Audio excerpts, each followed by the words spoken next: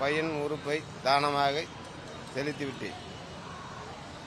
தலைக்கவசம்ன்றது உயிர் கவசம்.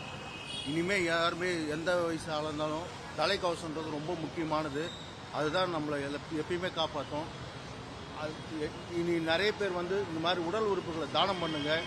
அது பல பேருடைய வாழ்க்கை நம்ம இறந்ததுக்கு பல பேரை வாழ வைக்கும். வளமான எதிர்காலம் எப்பயும் தலைக்கவசம் தான் நல்லது.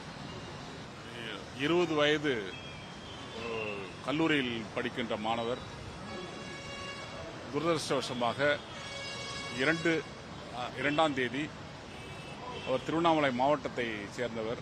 பர்வதமலை என்ற இடத்துல அவர் வசித்து வருகிறார்.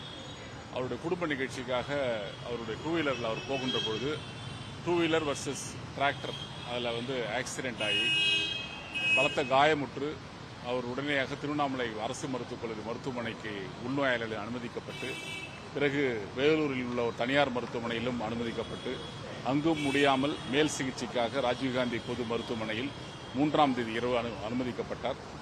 அனுமதிக்கப்பட்ட அவருக்கு நரம்பு இயல் அறுவை சிகிச்சை, அதாவது நியூரோ சர்ஜரி என்ற டிபார்ட்மெண்ட் மற்றும் நியூராலஜிஸ்ட் அவர்களெல்லாம் முழுமையாக பரிசோதனை செய்து அவருக்கான சிடி ஸ்கேன் இதெல்லாம் எடுத்த பிறகு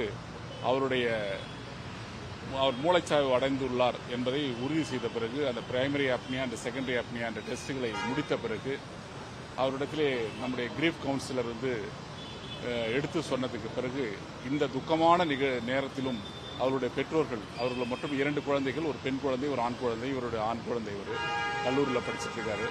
அந்த பெரிய மனதுடன் அவர்கள் நான் உறுப்புகளை தானமாக கொடுக்கிறேன் என்று முன்வந்தார்கள். நேற்று இரவு உடனடியாக அவருடைய உடலில் இருந்து இன்று, அதாவது இரவு ஒரு மணியிலிருந்து காலையில் வரையில் நடைபெற்ற சிகிச்சையின் மூலமாக உறுப்புகள் 5 உயிர்கள் காப்பாற்றப்பட்டிருக்கின்றன. இவருடைய இடத்திலிருந்து 5 உயிர்கள் காப்பாற்றப்பட்டிருக்கிறது. சிறுநீரக மாற்று அறுவை சிகிச்சை செய்தவருக்கு உடனடியாக அந்த சிறுநீரகம் முழுமையாக செயல்பாட்டுக்கு நல்ல நிலையில் சிறுநீர் அவர் வெளியேறுகிறது என்ற தகவல் சொல்லியிருக்கின்றார்கள். அது மட்டுமல்ல, அவருடைய கண் பார்வை இன்னொரு 2 நபர்களுக்கு பொருத்தப்பட்டுள்ளது. அதே மாதிரி அவருடைய எலும்புகள் சேகரிக்கப்பட்டுள்ளது. அது யாருக்கு தேவையோ வயதானவர்களுக்கு அந்த எலும்பும் பயன்படுத்தப்படும்.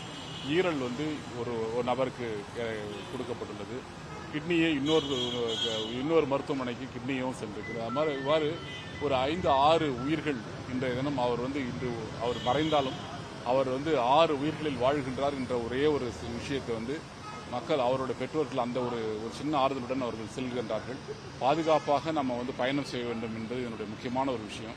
தலைக்கவசம் அணைவது என்பது மிக முக்கியமான ஒரு விஷயம். அரசு ராஜீவ்காந்தி பொது மருத்துவத்தில் 20வது உறுப்பு தானமாக இந்த ஆண்டில் ஜனவரியிலிருந்து இந்த தேதி வரையில் 20 உறுப்பு தானங்கள் நடைபெற்றிருக்கின்றது.